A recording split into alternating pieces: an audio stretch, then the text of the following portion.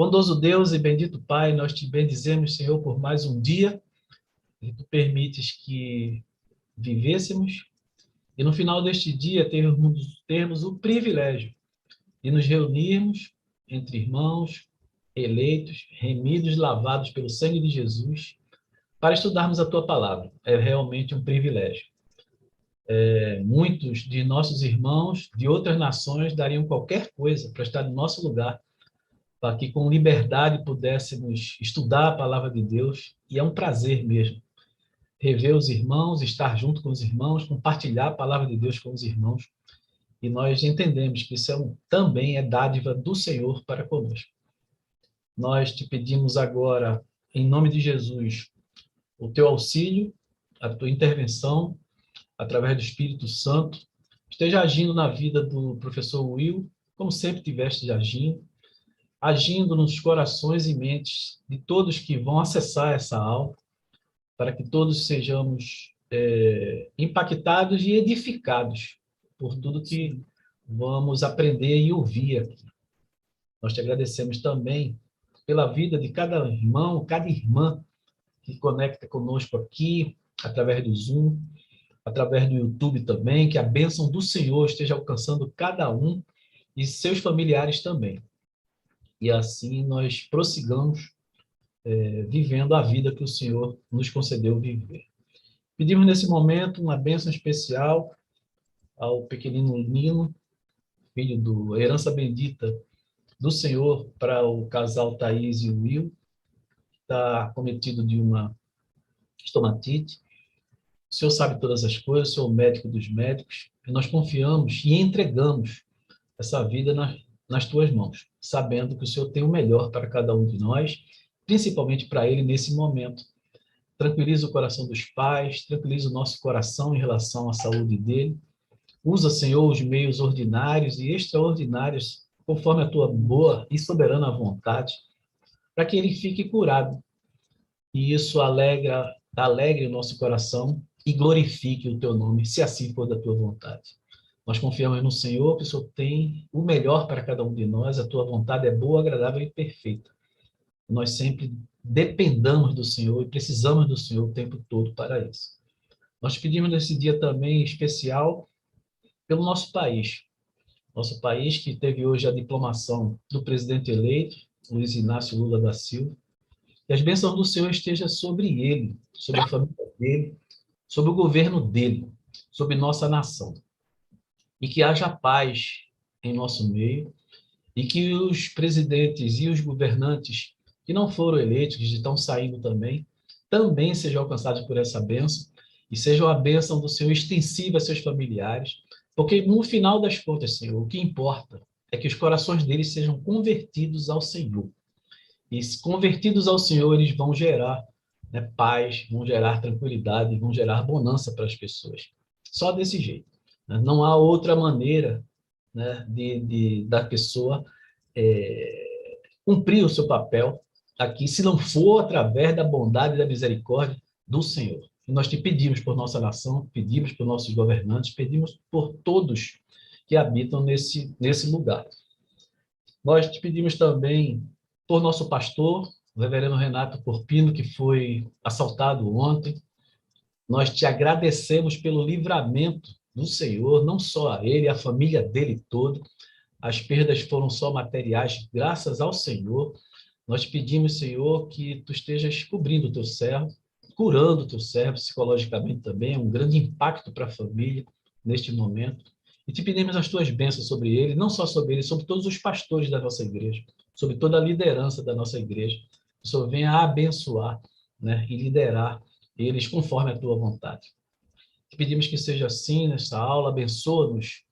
Mais uma vez te peço, através da instrumentalidade do Will, que ele seja a tua boca para nos transmitir o que tu queres nessa noite para cada um de nós. Seja assim no nome santo de Jesus Cristo. Amém. Amém.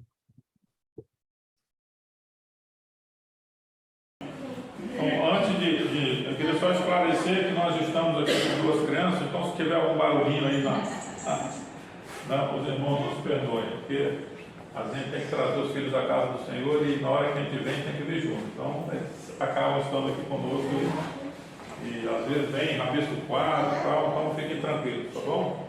Mas vamos lá. Então, começando a nossa lição de hoje, o nosso textual é o Salmo de número 45. Então, vamos estar abrindo o Salmo de número 45. Vamos estar fazendo a leitura deste Salmo. Depois vamos estar fazendo a leitura da nossa revista. Por essa ser uma lição muito técnica, né? Trata de poesia, né? De salmos, né? A gente vai atentar muito à nossa lição hoje, tá bom? Então nós vamos estar lendo e comentando, coloquei o esforço aqui no quadro, porque muita coisa que a gente também vai entendendo à medida que a gente vai lendo e a gente vai esclarecendo melhor, tá bom? Salmo 45. Pedi para a nossa irmã Leila que esteja iniciando aí, e a gente vai lendo um versículo cada um, tá bom? De boas palavras transborda o meu coração. Ao rei consagro o que compus. A minha língua é como a pena de habilidoso escritor. Tu és o mais formoso dos filhos dos homens. Nos teus lábios se extravasou a graça, por isso Deus te abençoou para sempre. Cinge a espada do teu flanco, cinge a tua glória e a tua majestade.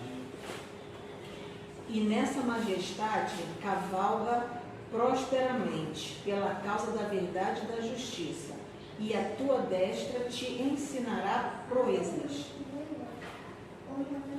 As tuas setas são agudas, penetram o coração dos inimigos do reino. Os povos caem submissos a ti. O teu trono, ó Deus, é para todo sempre, cetro de equidade e o cetro do teu reino. Amas a justiça e odeias a iniquidade. Por isso, Deus, o teu Deus te ungiu com o óleo de alegria, como a nenhum dos teus companheiros. 8.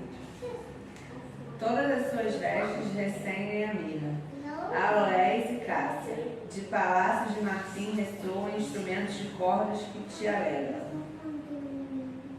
Filhas de reis se encontram entre as tuas damas de honra. À tua direita está a rainha adornada de ouro finíssimo de ofício. Ouve, filha, vê, dá atenção. Esquece o teu povo e a casa de teu pai. Então o rei cobiçará a tua formosura, pois ele é o teu Senhor. Inclina-te perante ele. A ti virá a filha de Tiro, trazendo donativos. Aos mais ricos do povo te pedirão favores. Toda formosura é a filha do rei, do interior do palácio. A sua vestidura é recamada de ouro. Em roupagens bordadas conduzem-na perante o rei. As virgens, suas companheiras que a seguem, serão trazidas à tua presença. Serão dirigidas com alegria e regozijo. Entrarão no palácio do rei. Em vez de teus pais serão teus filhos, os quais farás príncipes por toda a terra. 17, último. O teu nome eu farei celebrado de geração em geração, e assim os povos te louvarão para todo sempre. Interessante. É um salmo assim que a gente quase não ouve, né? Mas o título dele é O Ungido de Deus e a Sua Noiva, né? E você está com a Bíblia de Genebra, né, Raquel? Tô. Olha para o meu comentário dessa Bíblia sobre o Salmo 45. Dá uma lida para a gente, para vocês entenderem melhor, né, o que fala esse salmo. Vai lá. O Salmo 45 é um raro exemplo de um cântico de casamento. Os paralelos mais próximos são os poemas de amor encontrados em Cânticos dos Cânticos. Esse cântico de casamento é régio, mas é impossível identificar o casamento específico que inspirou a composição inicial. É provável que tenha sido usado em muitos casamentos reais ao longo da história de Israel, uma vez que a realeza davídica reflete a realeza suprema de Deus e prenuncia Jesus Cristo como rei. O Salmo também nos liga a Cristo, o rei e noivo, e a sua noiva, a igreja. Isso, né? Então, às vezes a gente fica, o que falou de Cristo? Mas é isso, né? É um salmo em que os casamentos da época, né, geralmente ouviam este salmo e faz essa ligação entre Cristo e a sua noiva, que é a igreja, somos nós, né? Então, por isso ele foi escolhido como o salmo título áudio aqui da nossa lição. Então nós vamos estar lendo a nossa introdução. Eu vou pedir para a nossa irmã Elisete estar lendo a nossa introdução. Aí o primeiro parágrafo, depois pula lá para os salmos estão lá embaixo. Quando estudamos os gêneros literários do Antigo Testamento, tivemos a oportunidade de falar de modo breve a respeito da poesia hebraica. Observamos, por exemplo, que em diversos livros do cânon veterotestamentário é possível encontrar poesia. Apesar disso, é no livro dos Salmos que mais encontramos a poesia hebraica. Os Salmos estão impregnados de sentimentos comuns a todos nós. O reformador João Calvino afirmou o seguinte na dedicatória do seu comentário ao livro dos Salmos: tenho por costume denominar este livro, e creio que não de forma incorreta, de uma anatomia de todas as partes da alma, pois não há sequer uma emoção da qual alguém porventura tenha participado que não esteja aí representada como num espelho. Tristezas, alegrias, preocupações, ansiedades, dúvidas, medo, perplexidade, angústia, deleite, enfim, todas as emoções humanas podem ser encontradas nas orações e nos cânticos dos autores dos Salmos. Nesta edição, aprenderemos mais um pouco a respeito da natureza e dos principais temas do livro dos Salmos. Isso, né? Então, por isso que o título da nossa lição é Anatomia da Alma, né? Então, os Salmos expressam tudo isso que falou aqui na nossa lição, né? Coloca aí as preocupações do salmista, né? Como se fosse um espelho da nossa própria alma, né? Alegrias, preocupações, ansiedades, dúvidas, medos, perplexidades, angústias, deleites, todas as emoções humanas, né? Estão contidas no Salmo. Por isso que a gente, né, se deleita muito nessa poesia dos Salmos. E o nosso tópico 1 vem falando um pouquinho sobre a característica dessa poesia hebraica colocada aí no Salmo, né? E a primeira característica é a respeito do paralelismo, aliás, né? Paralelismo. O que vem a ser o paralelismo? Né? Eu vou pedir para a Raquel estar lendo para a gente. Paralelismo. Certamente o paralelismo é a característica mais importante da poesia hebraica dos Salmos. Já introduzimos o assunto anteriormente, porém é necessário que o estudemos de modo mais detido. Em sua essência, paralelismo é a correspondência conceitual entre as sentenças de uma poesia. O paralelismo descreve uma repetição de ideias em duas linhas distintas, de maneira que a segunda sempre completará a primeira. A poesia hebraica não se caracteriza pela rima, mas pela repetição de ideias paralelas. Existem basicamente 3 tipos de paralelismo nos Salmos.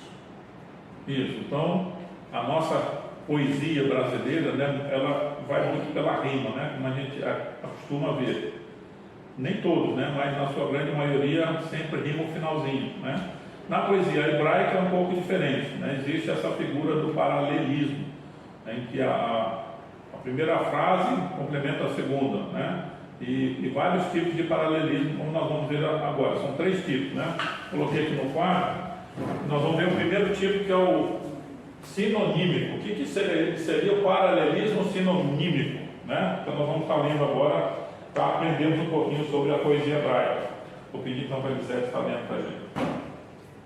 Trata-se da repetição do mesmo pensamento ou ideia, utilizando-se para tanto vocábulos diferentes. Exemplos: abundam, mas alguns poucos bastam. O Senhor ouviu a minha súplica, o Senhor acolhe a minha oração. Salmo 139 afirma: sonda-me, ó Deus, e conhece o meu coração, prova-me e conhece meus pensamentos. Esse verso 23. É importante lembrar que o paralelismo não se caracteriza pela equivalência de termos, mas de ideias. Assim, é possível que nem todos os termos da primeira linha possuam um equivalente na segunda. Contudo, as ideias sempre são correspondentes. Isso. serão correspondentes. Então, interessante, né? A questão aqui não é a rima, mas a ideia do que se coloca na primeira frase repete-se na segunda. E nesses dois exemplos aí do Salmo, né, 139 e do Salmo 6. O Senhor ouviu a minha súplica, aí repete a segunda linha, o Senhor acolhe a minha oração. Né? Interessante. E a do Salmo 139, sonda-me, ó Deus, e conhece o meu coração, prova-me e conhece os meus pensamentos. Né? Então repete a questão da ideia, que Deus é quem faz, né? Bom dia, meus irmãos, sejam bem-vindos. Pai, infelizmente não deu para ir lá, estou aqui. Não, deu certo, a gente viu que você. Amém, então tá jóia. Bom, só para situar os irmãos, são colegas de Deões que vieram falar aqui na igreja hoje, nossa classe nova. Hoje nós estamos falando um pouquinho sobre a poesia hebraica, né? Um estudo sobre os Salmos. Nós estamos vendo aqui como que era dividida a poesia hebraica, que existia nos Salmos o paralelismo. Estamos vendo agora o paralelismo sinonímico, né? Que repete a ideia da primeira linha, por exemplo, nos versículos. Aí cita aqui um exemplo: o Senhor ouviu a minha súplica, o Senhor acolhe a minha oração. Salmo 6, versículo 9. E no Salmo 39, fala: sonda-me, ó Deus, e conhece o meu coração, prova-me e conhece os meus pensamentos. Então, é sempre repetindo na poesia hebraica, a primeira linha repete a ideia da primeira na segunda. Isso no sinônimo. Agora vamos ver no antitético. Né? Eu acho que até em português fica até mais bonito, porque a gente tem uma riqueza muito grande de palavras, né? Então acho que a Bíblia, no português, a gente consegue ver todas essas ideias aqui que ele está colocando muito melhor do que, por exemplo, ler uma Bíblia em inglês. Eu acho mais fácil, porque a gente tem uma riqueza muito grande de palavras. Interessante. Então está aí a observação da nossa irmã Raquel, né? Que é muito melhor você ver, né, a ideia constante no português do que em outras línguas, por exemplo, no inglês. Não tem tanta riqueza de palavras como a nossa língua. Né? Então vamos ver o paralelismo antitético. Vou pedir então para a nossa irmã Lívia estar lendo para a gente. É fácil reconhecer esse tipo de paralelismo. Uma antítese é um recurso retórico por meio do qual se expressa um contraste entre dois pensamentos. Normalmente, o paralelismo antitético pode ser identificado por meio de uma conjunção adversativa. O Senhor conhece o caminho dos justos, mas o caminho dos ímpios perecerá. Salmo 1:6. De igual modo, o Salmo 37 afirma: os malfeitores serão exterminados, mas os que esperam no Senhor possuirão a terra. Muito bem. Aí você vê que antitético, né? É sempre o contrário aí nessa poesia hebraica do paralelismo antitético, né? Há o contraste. Então, como fala aí no Salmo 1, né? O Senhor conhece o caminho dos justos, e sempre como fala aqui, com uma adversativa, né? Com uma mais. isso. Uma conjunção adversativa, né? Então, mais o caminho dos ímpios perecerá. E o outro versículo, a mesma coisa. Os malfeitores serão exterminados, mas os que esperam no Senhor possuirão a terra. Então, existe essa conjunção adversativa sempre ligando o paralelismo antitético, dando essa questão da anti, né? do contrário, vamos dizer assim. E por último, então, nós vemos o paralelismo sintético. Vamos ver o que é isso, né, na poesia hebraica. Então, a Raquel está lendo para a gente. Então. A segunda linha tem como função a complementação da ideia deixada em aberto pela primeira. As duas linhas estão relacionadas entre si, porém essa relação não é tão clara quanto nos outros dois tipos de paralelismo. A lei do Senhor é perfeita e restaura a alma. O testemunho do Senhor é fiel e dá sabedoria aos simples. Salmos 19, 7 e 8 e 10. Isso. Então, no sintético, as duas linhas estão relacionadas, né? Embora, fala aqui, não é tão clara quanto a dos outros dois paralelismos, né? Mas a gente analisando esse trecho que ele colocou aí, a lei do Senhor é perfeita e restaura a alma, o testemunho do Senhor é fiel e dá sabedoria aos simples. Está falando da mesma coisa, da mesma ideia, né? A mesma palavra do Senhor. Testemunha a palavra do Senhor e a lei a palavra do Senhor. E ambas têm, né, essas duas, vamos dizer assim, colocações aí que o salmista colocou. Uma restaura a alma, seria a lei do Senhor, que é a Bíblia, né, a palavra de Deus restaura a alma, e o testemunho do Senhor, que também é a Bíblia, a palavra de Deus, é fiel e dá sabedoria aos simples, né? Então é a mesma ideia, e no sintético ela vem, embora eles dizem aqui que não fica tão claro, mas no português eu acho que também a gente fica... É só uma complementação, né? É isso, um complementa a outra, né? Bom, a próxima, né, característica da poesia hebraica é chamada de quiasmo. O que seria o quiasmo, né? Então nós vamos estar aprendendo hoje no Salmo de número 8. Já vamos abrir aí, que o Salmo de número 8 ele é todo feito dessa forma de quiasmo. Vamos ver o que é isso. Quiasmo, nunca ouvi falar, mas... Vamos ver o Salmo primeiro, depois a gente vê o que seria, né? Ele vem falando sobre em cima desse Salmo. Vou estar lendo aqui o versículo primeiro, depois a gente vai seguindo. A glória divina é a divindade do Filho do Homem. Ó Senhor, Senhor nosso, quão magnífico em toda a terra é o teu nome, pois expuseste nos céus a tua majestade. Da boca de pequeninos e crianças de peito, suscitaste força por causa dos teus adversários, para fazeres emudecer o inimigo e o vingador. Quando contemplo os teus céus, obra dos teus dedos, e a lua e as estrelas que estabelecestes. Que é o homem que dele te lembres, e o filho do homem que o visites. Contudo, pouco menor o fizeste do que os anjos, de glória e de honra o coroaste. Deste domínio sobre as obras da tua mão, e sobre seus pés tu lhe puseste. Ovelhas e bois, todos, e também os animais do campo. As aves do céu, os peixes do mar, e tudo que percorre as sendas dos mares. Ó Senhor, Senhor nosso, quão magnífico em toda a terra é o teu nome. Isso, agora vamos ver o que é esse quiasmo, né? Vocês deram uma leila que vocês lembram para a gente. Infelizmente a gente não tem uma revista para passar para você. Ele não está tranquilo, não. O termo quiasmo vem da letra grega chi. Num quiasmo, as linhas da poesia invertem a ordem em que o tema do paralelismo aparece, cruzando-se como num X. Um exemplo de salmo escrito em quiasmo é o Salmo 8.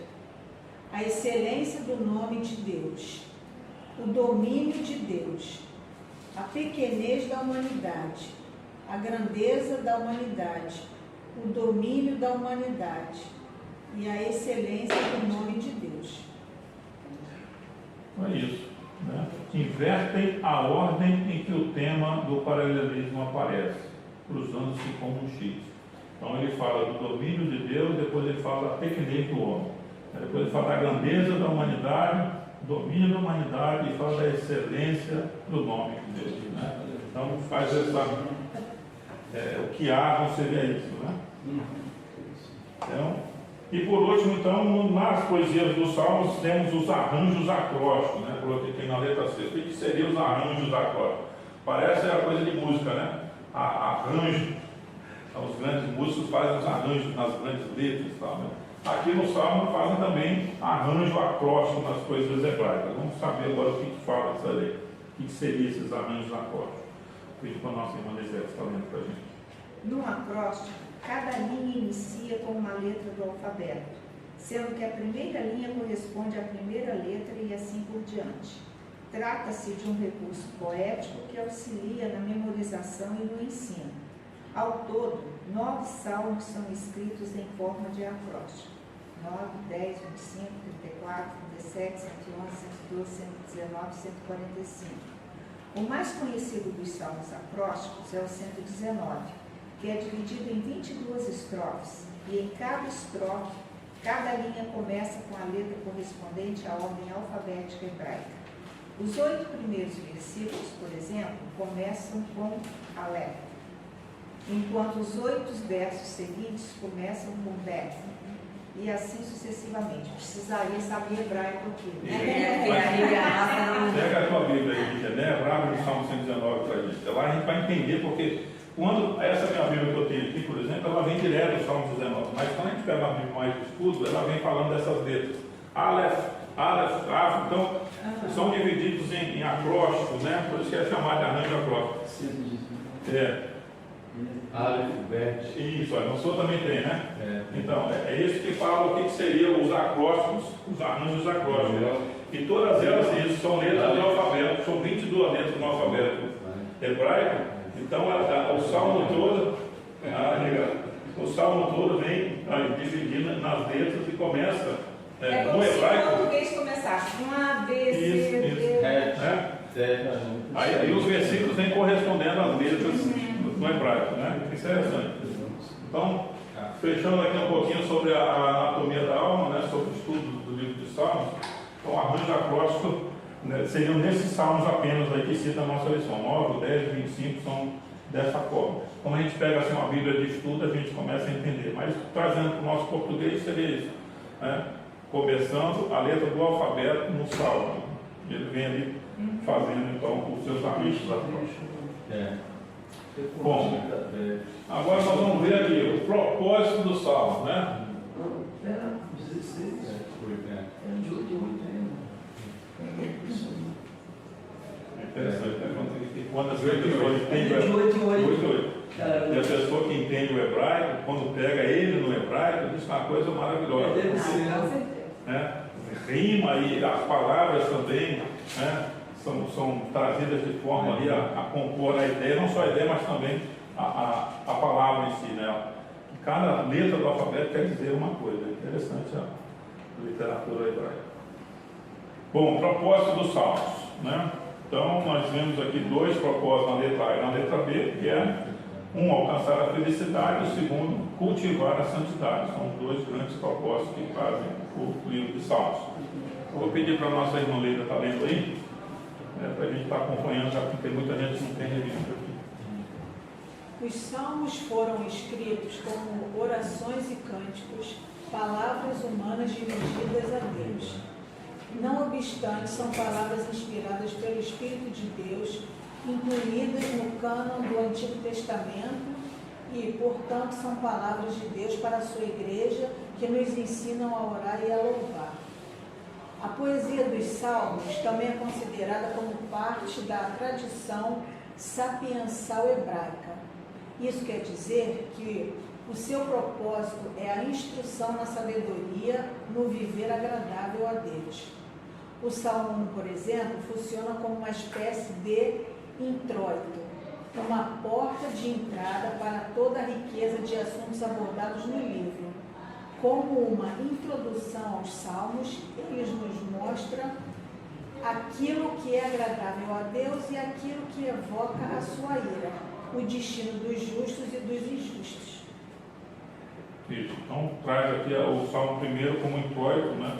Introito, como o iniciante dos Salmos, trazendo então essa dicotomia aí entre os justos e os injustos, né? O caminho dos justos, quem pratica, e o caminho dos ímpios, quem pratica, o fim deles, né? E o primeiro tópico da nossa lição fala como alcançar a felicidade a partir do Salmo primeiro. Vamos ficar lendo o Salmo primeiro? A gente então está nos debruçando um pouquinho desses dois tópicos aí da nossa lição. Diz assim, vamos lá, está lendo primeiro aqui, faz o seguinte: bem-aventurado o homem que não anda no conselho dos ímpios, não se detém no caminho dos pecadores, nem se assenta na roda dos escarnecedores. Antes, o seu prazer está na lei do Senhor, e na sua lei medita de dia e de noite. Ele é como árvore plantada junto à corrente de águas, que no devido tempo dá o seu fruto, e cuja folhagem não murcha, e tudo quanto ele faz será bem sucedido. Os ímpios não são assim, são, porém, como a palha que o vento dispersa. Por isso os ímpios não prevalecerão no juízo, nem os pecadores na congregação dos justos. Porque o Senhor conhece o caminho dos justos, mas o caminho dos ímpios perecerá. Isso. Então, seguindo a nossa lição aí, vamos acompanhando. Tá. como alcançar a felicidade. A partir do Salmo 1, podemos concluir que o primeiro propósito dos Salmos é a instrução acerca de como podemos alcançar a verdadeira felicidade. Esse é um assunto bastante popular nos nossos dias. Na verdade, a felicidade é a busca universal de todos os seres humanos. A verdadeira felicidade, a bem-aventurança, pode ser encontrada numa vida de temor a Deus, que se abstém de tudo aquilo que é ofensivo à santidade do Senhor, e de profundo amor e deleite na sua palavra. Não é sem significado que o livro tenha início com a ideia de felicidade. Além disso, em todo o livro, o termo hebraico trazido como bem-aventurado aparece 28 vezes. Podemos concluir que o livro dos Salmos se constitui num manual inspirado acerca de como podemos viver uma vida verdadeiramente caracterizada pela felicidade. Muito bem. Uma vez um colega me fez essa pergunta, né? Primeiro ele contou um caso, falou assim, olha, quando eu era pequeno, moleque, né, brincando de bola lá na minha casa, chegou um vizinho meu e me deu um tapa no rosto, mas sabe, que eu virei assim. E ele era muito maior do que eu era pequenininho, mas eu fiquei muito chateado. Cara, aquilo ficou dentro de mim, fiquei, né, com aquele rancor, porque ele era maior do que eu não podia, né, brigar, mas aquilo eu guardei dentro de mim. E aquele vizinho, né, ficou crescendo junto, mas eu nunca esqueci aquele tapa que ele me deu. Aí a gente falando sobre felicidade, ele era na hora do almoço e tal, e ele falou, sabe, depois de grande eu encontrei ele. E aquele tapa, na hora me veio na memória. Mas eu, dentro de mim, eu falei assim, eu vou perdoar esse cara. Católico ele, né? Aquele católico fervoroso. E eu falei para ele, está perdoado. Mas aquilo tirou de mim um peso, falando, e eu fiquei numa alegria, cumprimentei ele com vontade, com alegria, entendeu? E passou. Mas aquilo me fez um bem, o fato de eu, né, ter perdoado ele. Então, assim, eu acho que comentando sobre a felicidade, o assunto era esse na mesa, eu acho que a felicidade é isso, é a gente não guardar rancor pelas pessoas, né? Eu falei um pouquinho, pensei que uma vez eu lembro, para mim a felicidade, cara, é assim, quanto mais você se aproxima de Deus, mais você vai ser uma pessoa feliz, né? Então é isso, se você esteja onde você estiver, na sua igreja, quanto mais você se aproximar de Deus, cara, mais você vai ser feliz. Né? Então, o fato de você ter perdoado essa pessoa, que você sentia esse rancor, a Bíblia fala sobre o perdão. Então, quando você perdoa, você, né, é um bem que você faz para você mesmo. Então, é um dos mandamentos, né, é a gente perdoar o próximo. Então, na hora que na hora que você perdoa, você sentiu, né, uma leveza, tudo que você falou é isso. E quanto mais você, né, fizer a vontade de Deus e fizer aquilo que a Bíblia fala, você vai ser uma pessoa feliz. Né? Fala aqui em São. E o Salmo primeiro, esses ossos. Não sei perder, assim, fala aqui. É verdade. Não perdoa. isso. Adoece os ossos. É um dos salmos de Davi, né? Se não me engano, o salmo de número 32. Né? Adoeceram-se os meus olhos, os meus ossos, porque, né, enquanto ele não confessou os pecados, envelheceram os ossos e ele não sentiu o perdão de Deus ali, e Deus foi pesando cada vez mais, né, até que quando ele pediu perdão, então Deus o libera, né, desse massacre que o pecado faz na nossa vida.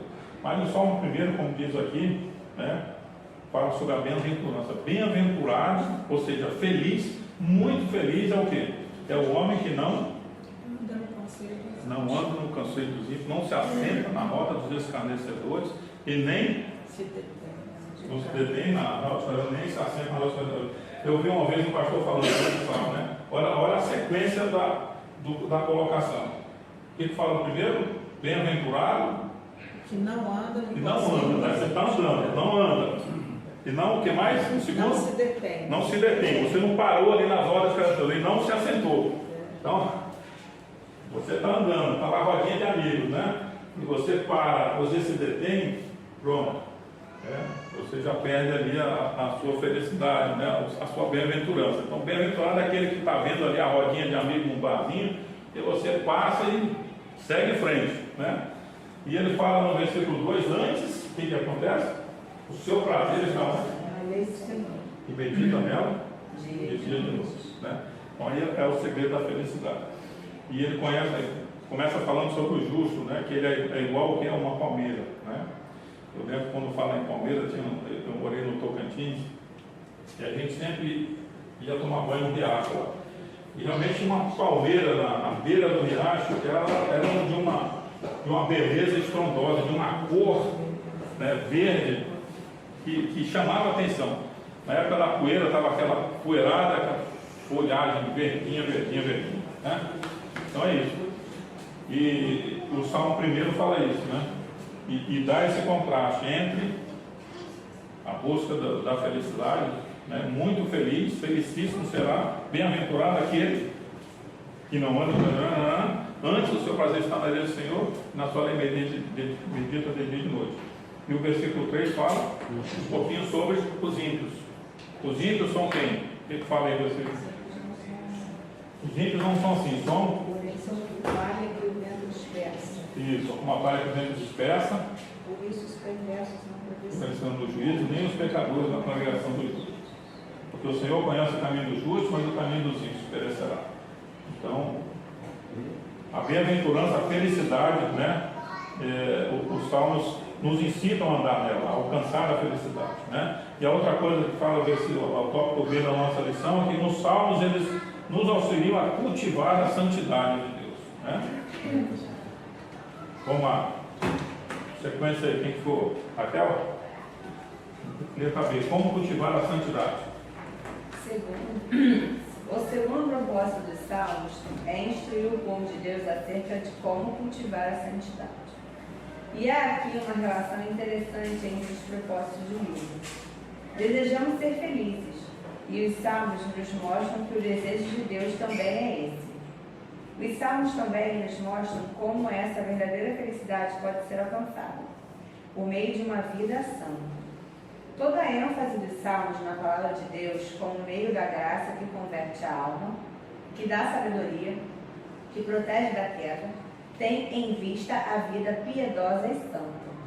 De acordo com o Salmo 119:1, o homem feliz é aquele que é irrepreensível em seu caminho e que anda na lei do Senhor.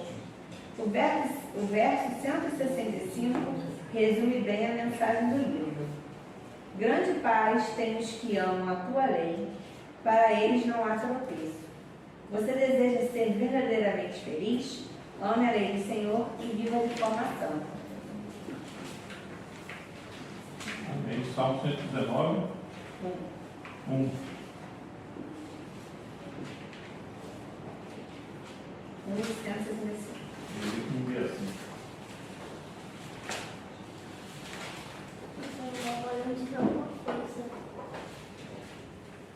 Vamos ver assim. Vamos ver o que fala aqui.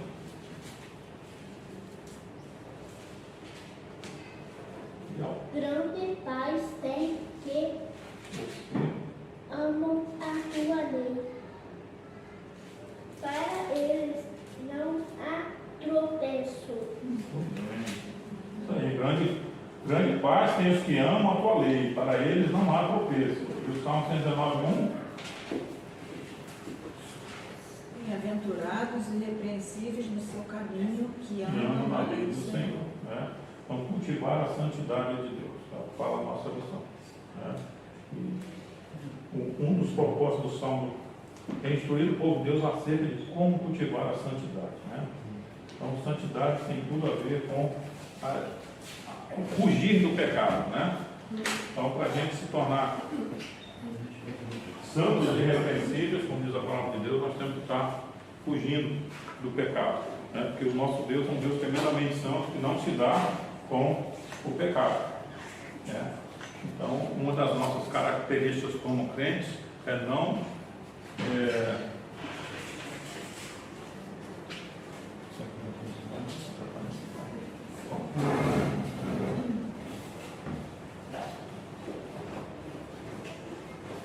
Então, a santidade tem que fazer parte da nossa vida, né? Como a busca pela felicidade. O livro de Salmos é um dos livros da Bíblia que nos fazem, né, aprender sobre isso, sobre como alcançar a felicidade, como cultivar a santidade.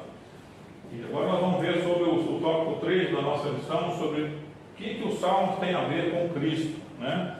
Que a nossa revista fala sobre isso, né? A Bíblia que Jesus usava, introdução ao Antigo Testamento. O que os salmos têm a ver com Jesus, né? É o nosso próximo tópico.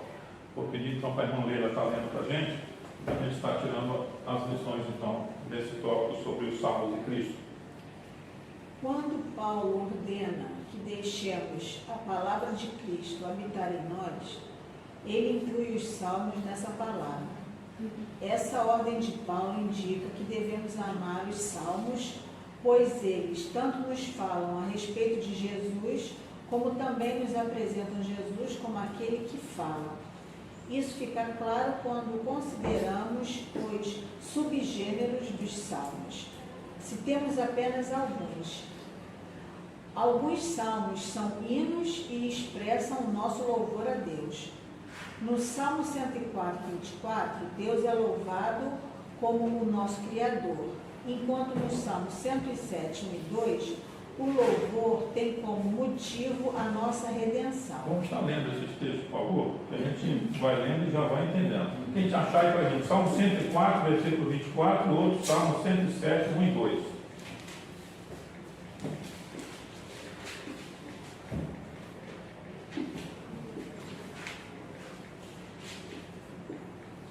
Salmo 104, 24, quem achar para ver? Gloriedade, Senhor, as tuas obras. Fizeste todas elas com sabedoria. A terra está cheia das tuas riquezas. E o Salmo 107, 1 e 2. Rende graças ao Senhor, porque Ele é bom e a sua misericórdia dura para sempre. Amém. Então está falando que Deus é louvado, né, como o nosso Criador. Digam-no os remidos do Senhor, os que Ele resgatou da mão do inimigo. Esse é o Salmo 107, 1 e 2. Né? 2, faltou 2. Então, continuando lá. O louvor. Como Jesus se relaciona a isso? No Novo Testamento, ele é apresentado tanto como o nosso Criador, quanto como o nosso Redentor. João 1,3 e Gálatas 3,13. Vamos lá. João 1,3, Gálatas 3,13.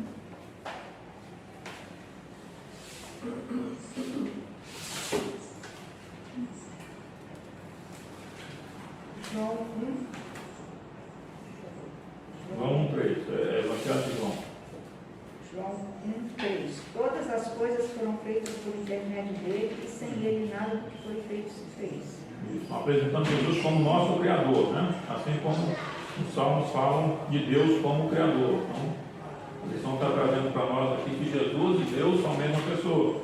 E que tanto Cristo como Deus são exaltados lá no Salmo. E Gálatas 3,13, que fala. Sois vós tão insensatos que, tendo começado pelo Espírito, acabeis agora pela carne. Cristo nos resgatou na maldição da lei, fazendo misericórdia na maldição do nosso lugar. Gálatas 3,13. A 13, eu li o 3.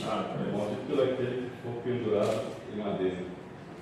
Esse Então está falando de Cristo como nosso Criador, né?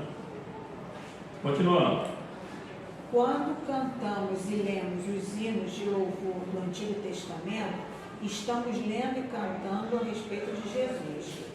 A mesma verdade pode ser vista nos salmos de lamento. No Salmo 22, encontramos o Senhor Jesus como aquele que profere tais palavras, mesmo que o salmo tenha sido escrito por Davi.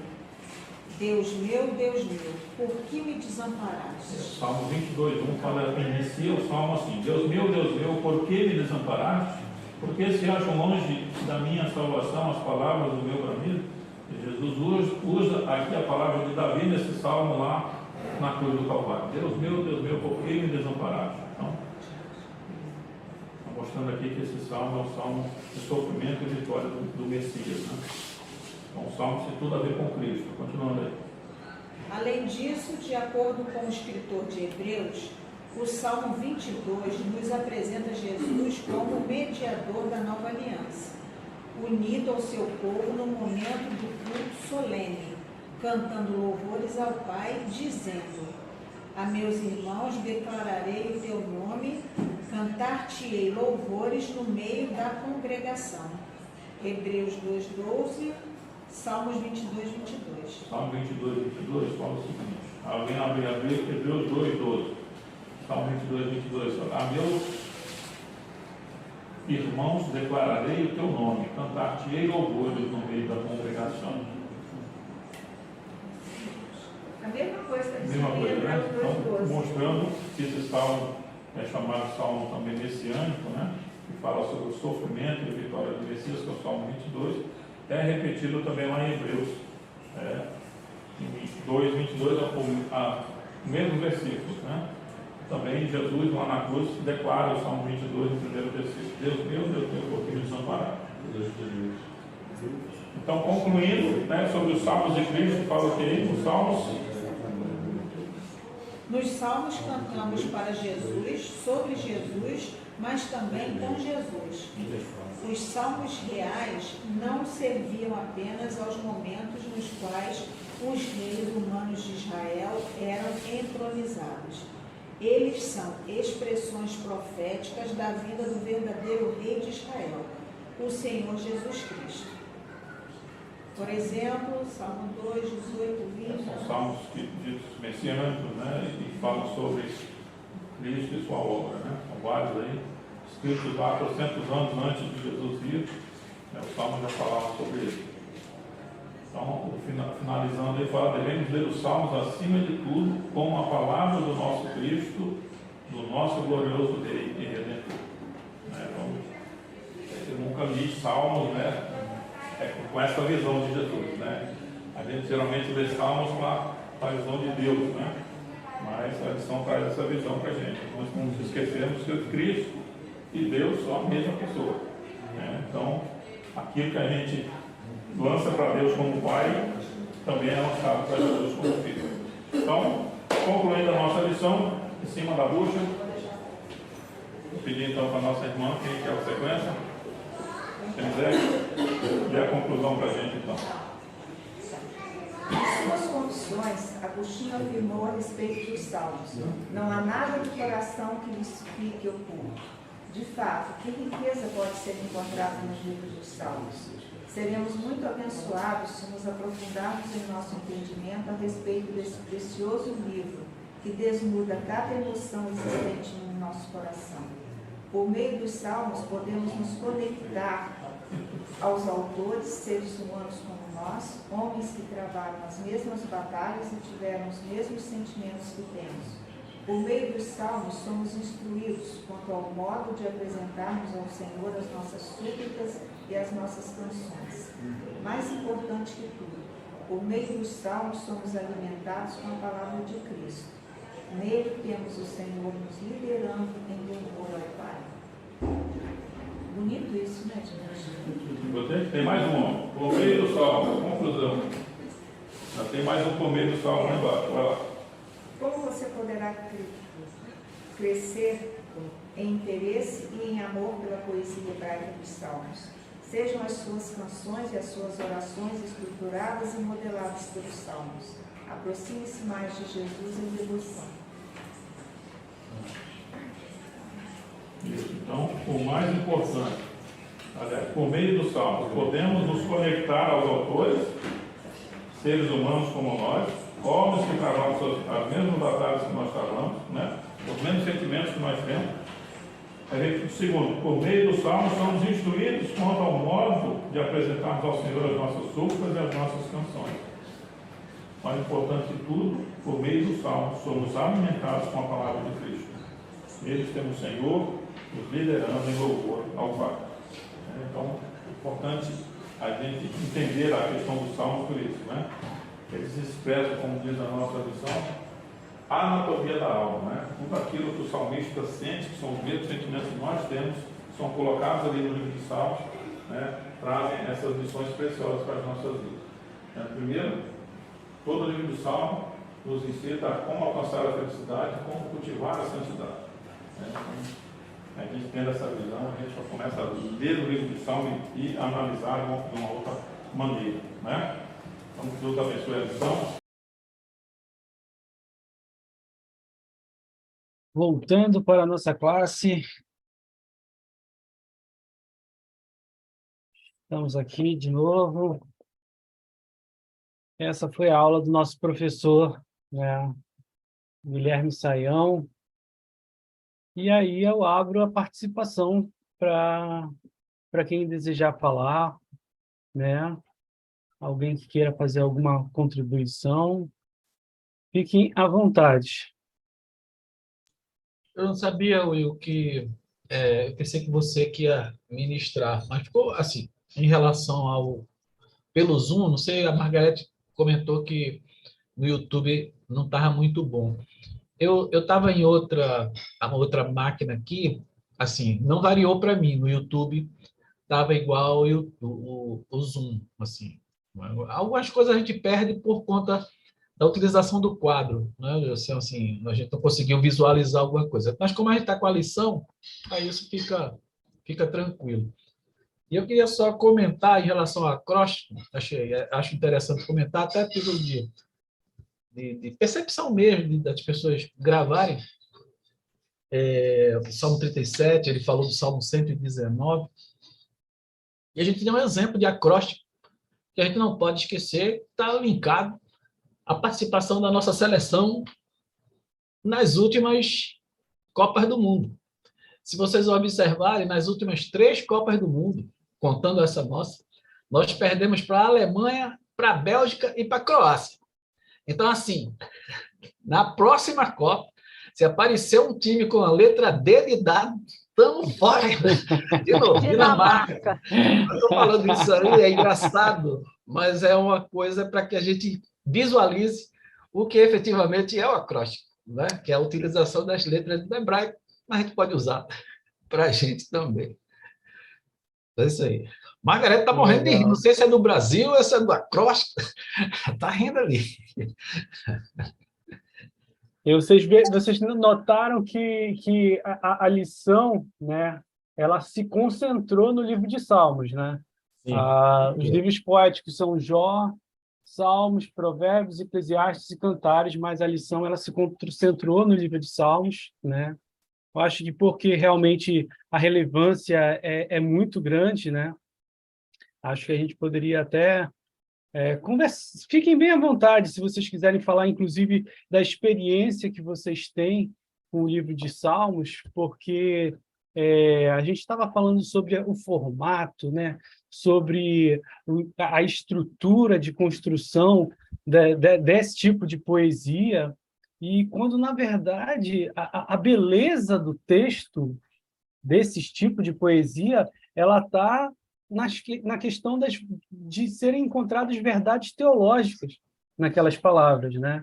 Elas são escritas com toda aquela estrutura, mas, acima disso, a beleza delas é que realmente elas estão refletindo aquilo que, de fato, Deus é, sem exagero, né? Claro, existem figuras de linguagem e tudo mais, mas nós estamos sendo ensinados da maneira como nós devemos adorar a Deus ali com aquelas palavras. Então, é interessante que eu lembro de uma vez eu ter assistido uma aula, na época que a classe era a classe dos jovens, né? Muito tempo atrás, e o professor... Continua sendo, irmão, continua sendo a classe dos jovens. Muito bem pontuado, meu irmão.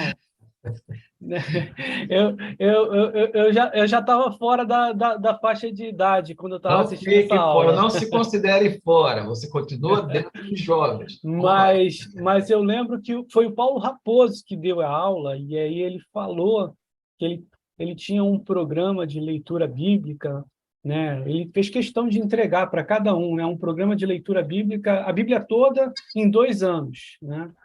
E aí ele falou que os Salmos, ele é aquele, como é que eu vou dizer? É como se fosse aquela sobremesa do texto bíblico, de leitura bíblica, né?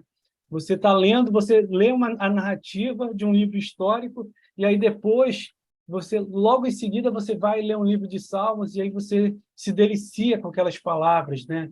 Realmente você está ali se alimentando das palavras que os salmistas entoaram, né, ao longo da história de Israel. E eu achei muito interessante, porque realmente faz com que a leitura bíblica ela fique mais dinâmica, né? Ao invés de você ler do início ao fim, como a gente geralmente faz, né? Aí você vai mesclando narrativas históricas com textos de poesia, né? Eu achei muito legal essa metodologia de leitura bíblica. Eu usei ela, Will, acho que faz uns 15 anos isso, porque é bem antiga isso, e eu recomendo. Eu acho que existe até hoje, ele distribui até hoje. Muito interessante, muita ajuda para que a gente não tenha uma... É o que você falou, dinamiza a leitura, né? Não deixa uma coisa... Ele amarra uma coisa à outra, né? Um histórico a um poético, a um delay sobre os profetas maiores ou menores, que é o que a gente vai estudar mais para frente. Então, assim, é uma dinâmica que deixa a leitura bíblica mais confortável, se aqui esse é o termo, mais uma coisa mais prazerosa, porque muitas vezes o texto bíblico, por causa da erudição, ou por causa até da contextualização, ele fica uma coisa pesada, né? Imagina nós lendo Levítico, né? Toda aquela instituição sacerdotal, aqueles ritos, e o cara... É uma coisa meio pesada, sozinho, né? Não estou falando que não é pertinente, não é útil, não, pelo contrário. Mas com a metodologia dele, do presbítero, fica uma coisa leve, fica uma coisa que se encaixa, ele vai encaixando, né, uma ideia com a outra. Justamente a lição fala sobre isso, o Guilherme falou, do paralelismo, né? E a gente visualiza esse paralelismo, citou até os textos bíblicos, isso aí. E a prova cabal que a Bíblia é um livro só, né? É um texto só, é uma composição só, vários estilos, várias épocas e eras e contextos, mas é uma história só. É a história do Deus da nossa salvação. É a história do povo escolhido e o que é que Deus fez e faz através desse povo. Essa é a história. Né? Assim, se a gente fosse sintetizar isso aí. E quando ele é muito feliz o texto, e você disse que realmente ele se atém basicamente ao Salmo, quando ele diz que a anatomia da alma, e principalmente o Salmo, né? É tudo que a gente passa, eu e você vivendo todo dia nossos sentimentos, nossas frustrações, nossas decepções, nossas mazelas, tudo ali, livro de Salmo. Se a gente pega o Salmo 51, é maravilhoso. Né? No Salmo 51, 10, ele vai dizer: cria em mim, ó Deus, um coração puro e renova dentro em mim um espírito inabalável. Só Deus pode fazer isso.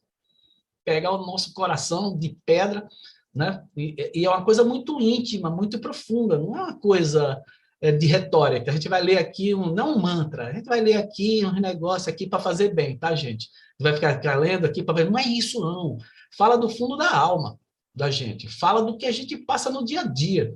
Passa do que você e eu estamos sofrendo hoje, inclusive. Né? Quando a gente vai ler o livro de Salmos, principalmente em relação aos tópicos da lição, ele vai expor isso aí, né, de maneira poética, e vai expor principalmente, a reação de Deus a isso.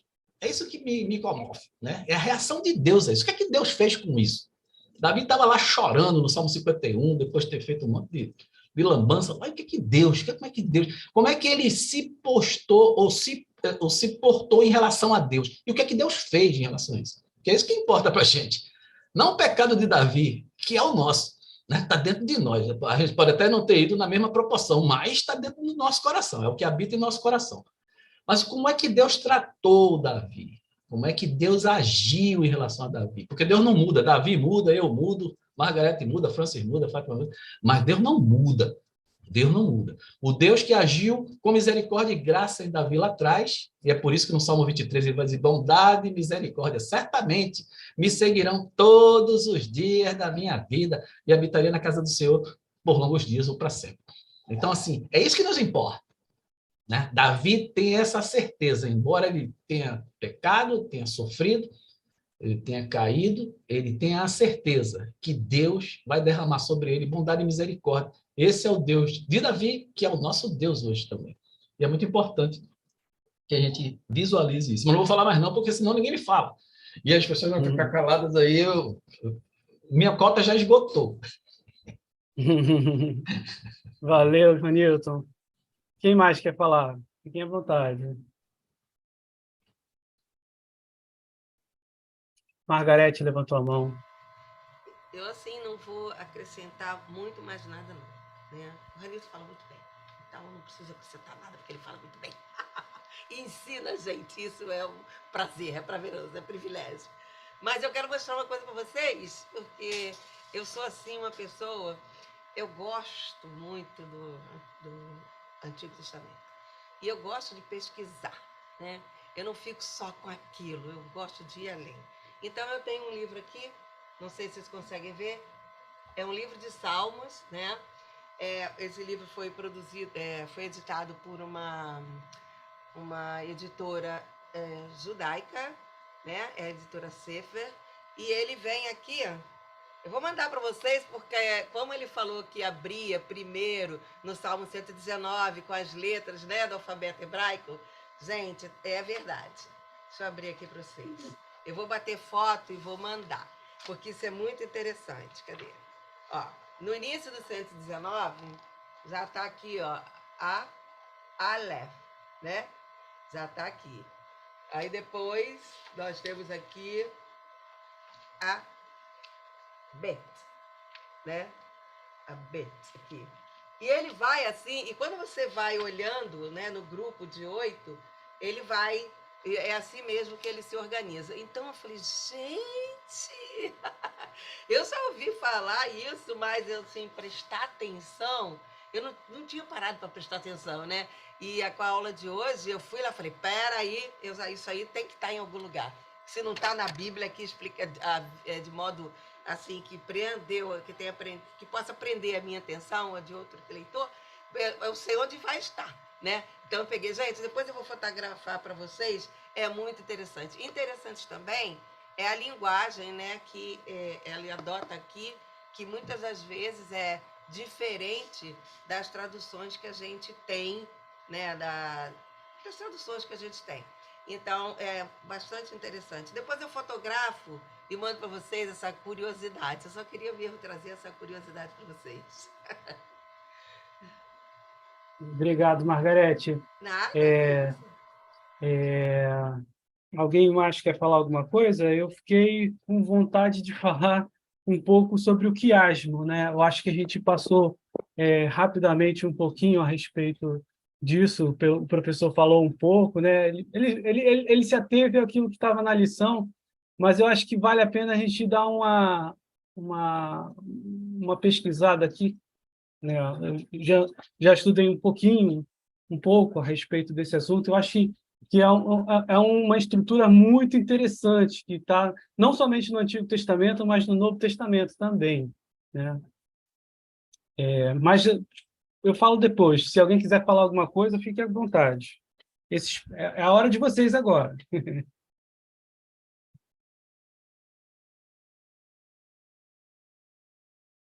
Não? Ninguém mais? Então, vamos lá, gente. O que eu queria falar a respeito de quiasmo, acho que ficou muito bem esclarecido, né, pelo que o professor falou.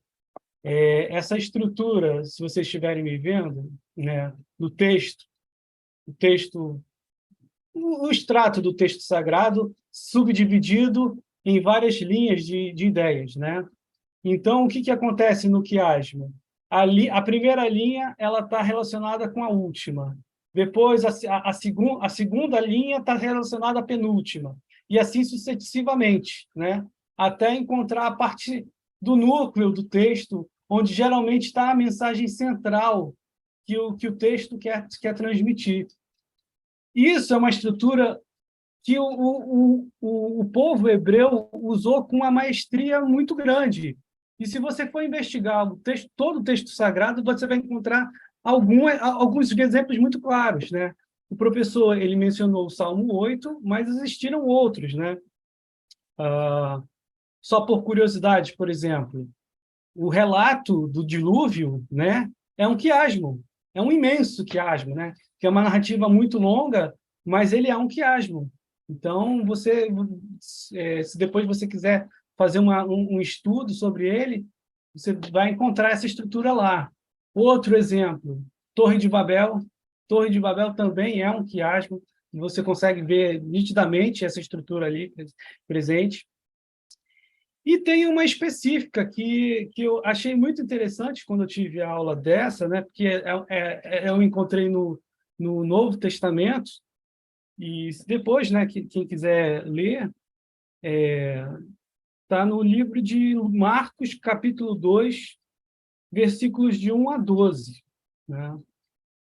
É muito interessante isso, porque as pessoas sempre subdividiram, né, os evangelhos como sendo os sinóticos, né, e o outro que agora que eu não, outro termo que eu não estou familiarizado, não estou lembrando, né? Mas é como se os sinóticos fossem Mateus, Marcos e Lucas, né?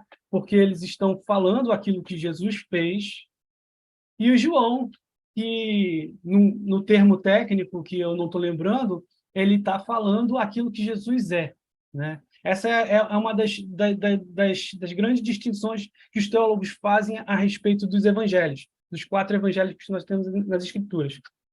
Os 3 primeiros como sendo os sinóticos, dizendo aquilo que Jesus fez, e João dizendo aquilo que Jesus é, né? Isso daí fica bem evidente. Então, uma das coisas que as pessoas costumam falar, aquelas argumentações meio levianas que as pessoas gostam de falar a respeito das Escrituras, tem até romances, né, que já fizeram, dizendo que nem sempre o texto sagrado retratou Jesus como sendo o Filho de Deus, né? Tem muitas desse tipo de denúncias falsas, né, obviamente, em que as pessoas encontram nas Escrituras. Mas nesse caso que eu estou falando em relação aos evangelhos sinóticos, é que os teólogos, né, uma linha desses teólogos falam que não há um apontamento de que Jesus era Deus nesses evangelhos, né? No entanto, e aí entrando para a parte do quiasmo, né, mesmo, você vai ver que a parte central do texto é justamente esse versículo 7, né, do texto de Marcos. Quem pode perdoar pecados senão um, que é Deus? Essa é a mensagem central desse quiasmo, né? E está, obviamente, atribuindo ao Senhor Jesus Cristo o status de Deus, né? Então, isso é uma grande evidência de que os evangelhos sinóticos também estão refletindo a ideia de que Jesus era Deus. Bom, era isso que eu queria falar, né? Eu achei muito interessante o quiasmo, né? É uma estrutura que a gente não está familiarizado, ninguém pensa dessa maneira, né? É algo muito arcaico, mas eles faziam com maestria, e desse tipo de estrutura você via realmente uma fundamentação teológica muito, muito, muito consolidada para a gente trabalhar as ideias que a gente tem trabalhado ao longo de todas essas lições que a gente tem trabalhado, né? É isso, gente. Alguém mais? Facilita o entendimento, né? Sim, depois com que se descobre certeza. isso. A gente encontra a beleza, né, das palavras, né, A poesia. na poesia, que tinha todo um estilo particular, mas, acima de tudo, a gente consegue realmente ver a beleza porque é a verdade, não é mesmo? Quando a gente está lendo ali, por exemplo, não foi muito tratado, por exemplo, eu lembro de ter falado isso na aula do Gerson, na presencial, quando ele estava falando sobre o livro de Jó. E, assim, o Jó é um livro maravilhoso, né? Porque porque você vê ali todos aqueles discursos, né, que estão acontecendo entre os amigos de Jó, e Jó, né, Jó se defendendo, né, da acusação de que ele era um homem pecador, e os amigos dizendo, não tem como você ser um adorador de Deus e tendo a consequência que você está tendo. Alguma coisa você fez. Então, o livro, basicamente, ele está mostrando isso, né? E mesmo os amigos de Jó estando errados com respeito a esse julgamento que eles fizeram, as palavras que eles entoam ali são belíssimas. Então, mesmo eles usando todo aquele conteúdo teológico maravilhoso que eles estavam tendo, né? Chegou no final do livro, Deus disse, olha, falem com Jó, peça para ele orar por vocês, porque se vocês orarem, eu não vou escutar vocês. E assim, é maravilhoso a gente ver isso, né? Porque realmente a verdade de Deus, ela perpassa aquilo que a pessoa de quem está pronunciando, né? As escrituras, elas mostram isso de uma maneira muito grande e a gente enxerga a graça de Deus nisso. Hamilton falou umas aulas anteriores aí, quando falou do profeta Balaão, que ele tinha sido contratado para amaldiçoar o povo de Israel. Balaão não tinha vínculo nenhum com o povo de Israel. Nenhum. Na verdade, quando Balaque pediu para que ele amaldiçoasse, ele estava certo de que ele ia conseguir essa empreitada. No entanto, Deus usou aquele homem, Balaão, para abençoar o seu povo. E aí, vão para o texto e vocês vão ver que as palavras de bênção são belíssimas. Tipo assim, você sente arrepio de ver que realmente Deus está usando ali uma pessoa alheia ao seu povo para abençoar, né, a sua nação. E isso é a graça de Deus sendo demonstrada ali, como acontece ao longo de todo o Antigo Testamento, ao longo de toda a história da humanidade, como acontece hoje em dia também. E a gente só precisa ficar atentos cada vez mais à maneira como Deus trabalha nos nossos corações. Beleza, meus irmãos? Já que você colocou o meu nome, o direito de resposta, depois que a Margarete falar. Fala aí, Margarete. Margarete levantou a mão, tocou o meu nome, direito à réplica. Então, assim, você estava falando, né, eu estava aqui pensando, e o Renilson tinha falado, o Sayão falou na aula, que o interessante é que essa poesia chega para a gente até hoje, e a gente ainda se identifica com ela, né, como nós não somos Davi, mas pelo que ele compôs, pelo que ele escreveu, mas nós somos um tipo de Davi, enquanto nos identificamos com ele. Por que isso acontece? É porque aquela poesia de Davi é calcada no eu, né? No eu, na pessoa que a gente costuma chamar de um eu lírico. No caso de Davi, o eu lírico é ele mesmo, não é um outro que esteja fora, não, é ele que está ali. E isso faz com que a gente se identifique. Há anos isso foi escrito, e nós estamos ainda hoje nos identificando com esses escritos, e isso é maravilhoso, né? Eu, quando me converti, no início, o pastor da igreja como eu converti, ele dizia o seguinte: Margarete, leia os textos. Aí ele me dava leia Salmos, e me dava os textos, né? Ele dizia, leia como se você estivesse guerreando. Ai, gente, era interessante a leitura, que quando eu começava a ler, né, assim, muito nada ainda de evangelho, então, assim, e também nada hoje também, né? Então, assim, quando eu lia, gente, aquilo me trazia uma força, e assim, como se eu estivesse numa batalha, sabe? E trazia muita força para mim espiritualmente. É realmente um escrito brilhante, maravilhoso, e graças a Deus porque ele está até hoje assim ensinando a gente, né, a nos identificarmos com ele, a seguir. Maravilhoso, eu adorei. E eu ri muito do acróstico feito pelo Anilton. Maravilhoso. Já estava montando um outro aqui assim. O que que vem? D, depois é D, é F. Vamos ver quais são os países na próxima vez. Se cair nessa chapa, tipo assim, vamos perder. Obrigado, Margarete. Eu achei muito interessante essa questão do eu lírico, porque essa questão do eu lírico é essa que é a proposta dos salmos, né? A identificação com os salmos, né? Você fazer o louvor de Davi o seu louvor, né? E um exemplo assim que eu acho sensacional disso, né? As Confissões de Santo Agostinho, quando você vê ali que Agostinho ele está contando a história da vida dele, mas ele está adorando ao Senhor do início ao fim. Eu não sei quantos de vocês já teve a oportunidade de ler esse livro, é maravilhoso, e você vê realmente que toda a construção teológica que ele faz, amparada no livro dos Salmos, nas Escrituras como um todo, fazem com que essa história de vida que Agostinho teve, ela seja um louvor a Deus, mesmo ele relatando, né, o passado dele diante da sua conversão, né?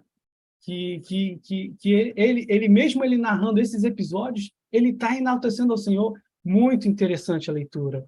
Então, esse é o convite dos salmistas para as nossas vidas, para que nós sejamos salmistas também, para que nós sejamos adoradores como o Davi, né, Asaf, aqueles homens, Salomão, adoravam ao Senhor. Nós precisamos ser adoradores naqueles mesmos moldes, né?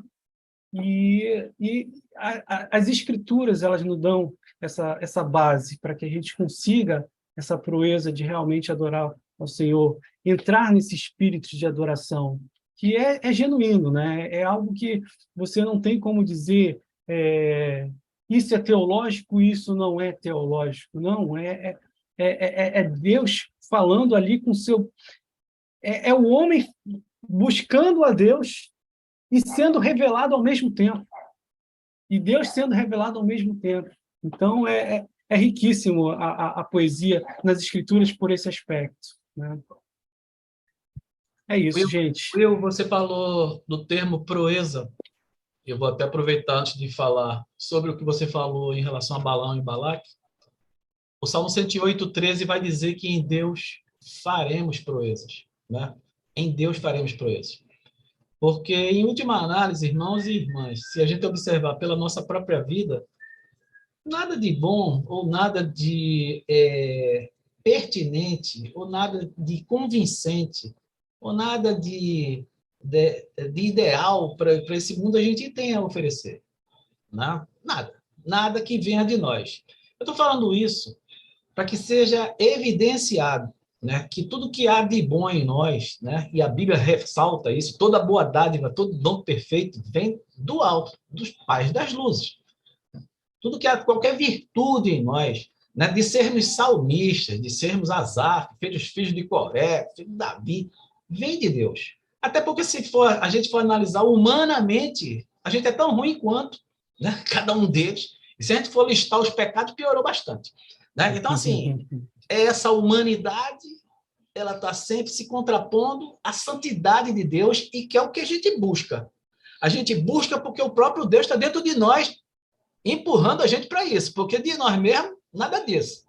Né? Nós não temos prazer em orar, a gente falou sobre isso quando a gente estava no livro dos históricos, aí já entrando no que você vai falar, para não se alongar muito, em relação a toda historicidade, os livros históricos eles relatam a saga do povo de Deus, e toda vez que o povo de Deus se rebelou, ele foi castigado. Ali era uma relação de causa e efeito direta. Mas nem sempre o castigo de Deus vem sobre os filhos dele, como foi o caso de Jó. Foi uma rebeldia de Jó, não foi. E aí, se a gente fosse de outra denominação, assim, a gente poderia dizer, o inimigo ficou feroz. Ficou mesmo.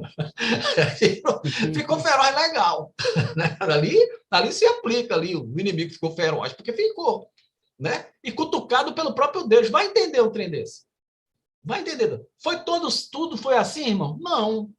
né? É isso que é importante a gente frisar, é por isso que, graças a Deus pela classe Logos, a gente está estudando os textos, a gente está estudando as composições, os profetas maiores, a gente vai estudar os menores, os livros históricos, en passant, tá? Não com a profundidade que a gente poderia e deveria. A Margarete está ali com o acróstico lá do Salmo 119, e é um prazer mesmo. Uma coisa, eu fiquei emocionado também, porque uma coisa é a gente saber, outra coisa é a gente ver, né?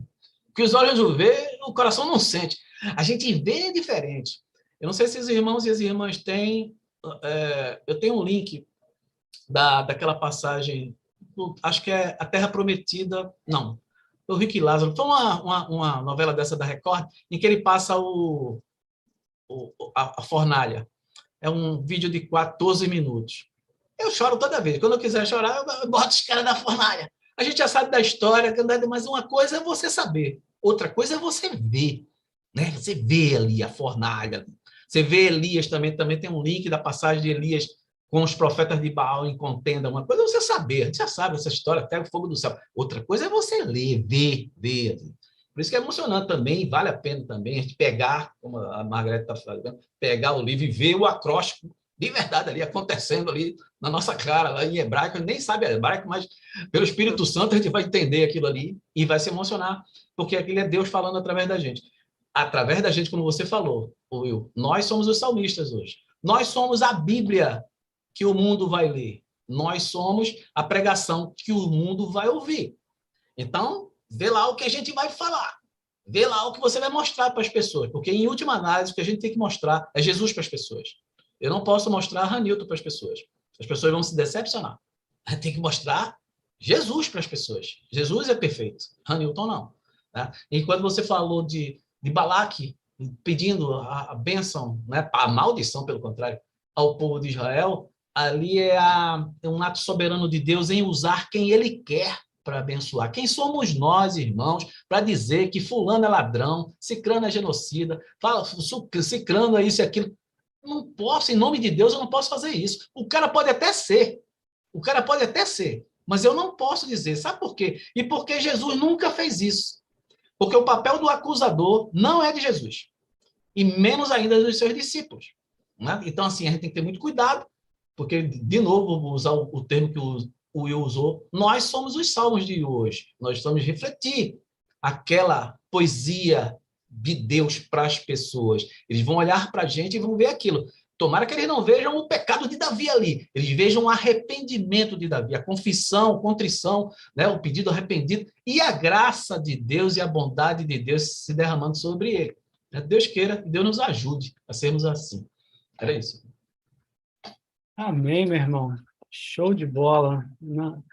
Com essa palavra, a gente conclui com chave de ouro a nossa lição de hoje. Agradeço a todos os que estiveram aqui presentes, meus irmãos na sala do Zoom, todo mundo do YouTube que esteve com a gente. Muito obrigado pela participação, né? Um grande privilégio de estar aqui com vocês, sendo instruído, né? Porque mesmo a gente que dá aula é enriquecido muito com o Espírito de Deus falando aos nossos corações. Um privilégio muito grande. Vamos, então, orar para a gente encerrar. Vou pedir para Fátima, você pode orar para a gente encerrar? E aí, ao final, eu vou pedir... Deixa eu ver aqui... Vai ser você mesmo, Ranilton, você que já é o orador do moto oficial, mas eu só vou pedir para que o restante que mute o microfone, para que o pessoal do YouTube entenda, né, o texto, né, do moto, para que eles possam até memorizar direitinho. Né? Então, vamos lá, Fátima ora e depois o Ranilton faz o moto. Senhor Deus e Pai, nós estamos agora reunidos na Tua presença para Te agradecer por essa aula, Te agradecer por esse ensinamento que foi grandioso, que o Senhor possa estar abençoando Guilherme Saião, que ele possa estar sempre cheio do Teu Espírito, passando para nós, ó Deus, mais um pouco daquilo que o Senhor tem guardado e separado para cada um de nós. Te agradecemos por todos os complementos também, o Will, o Ranilton. cada um, Senhor, que pôde, a Margarete, que pôde trazer um pouco mais, Senhor, daquilo que tem no coração, daquilo que o Senhor pode desfrutar de cada um de nós, Senhor. Enriquece também a vida daqueles que estão assistindo pelo YouTube, ó Deus, que eles possam ser alimentados com a Tua palavra, como também nós fomos, ó Pai. Te pedimos, ó Deus, por essa semana, te pedimos por cada um, te pedimos por coisas que talvez estejam aguardando, esperando, problemas que precisam de solução, Senhor. Pedimos a Tua solução, o Teu amor e a Tua graça, Deus. Pedimos a Tua cura para o Lino e pedimos, Pai, alegria, Senhor, alegria de sermos Teus filhos e de sermos Teus servos, ó Pai. Termos a certeza, Senhor, que tudo está nas Tuas mãos, ó Pai, e que tudo será resolvido pela Tua graça, Senhor. Tudo isso te pedimos e te agradecemos em nome de Jesus. Amém, Senhor. Amém. Antes de recitar o moto, eu queria registrar a presença de Irene Aquino, de Lina Aquino, do meu irmão Francisco, da minha irmã Lourdinha, lá de Belo Horizonte, e do meu irmão Diácono Luiz Carlos, que estiveram conosco no YouTube. E já abençoando também os que vão entrar futuramente, que a graça e a bênção de Deus estejam sobre eles também, ressaltando a excelente aula do presbítero Guilherme Saião, né, que eu esqueci de falar aqui, mas a Fátima lembrou na oração. O moto, o meu irmão teve na aula presencial. Luiz, eu vi, ele estava lá, eu vi a voz dele, e vi a foto que você mandou. Gente de Deus, gente boa. Gente, o moto, 2 Timóteo 2,15, procura apresentar-te a Deus, aprovado, como obreiro que não tendo que se vergonhar e que maneja bem a palavra da verdade. Próxima lição, 12, os profetas maiores. Se Deus quiser, pela graça, estaremos juntos novamente. Se Deus quiser. Amém. Boa semana. Amém.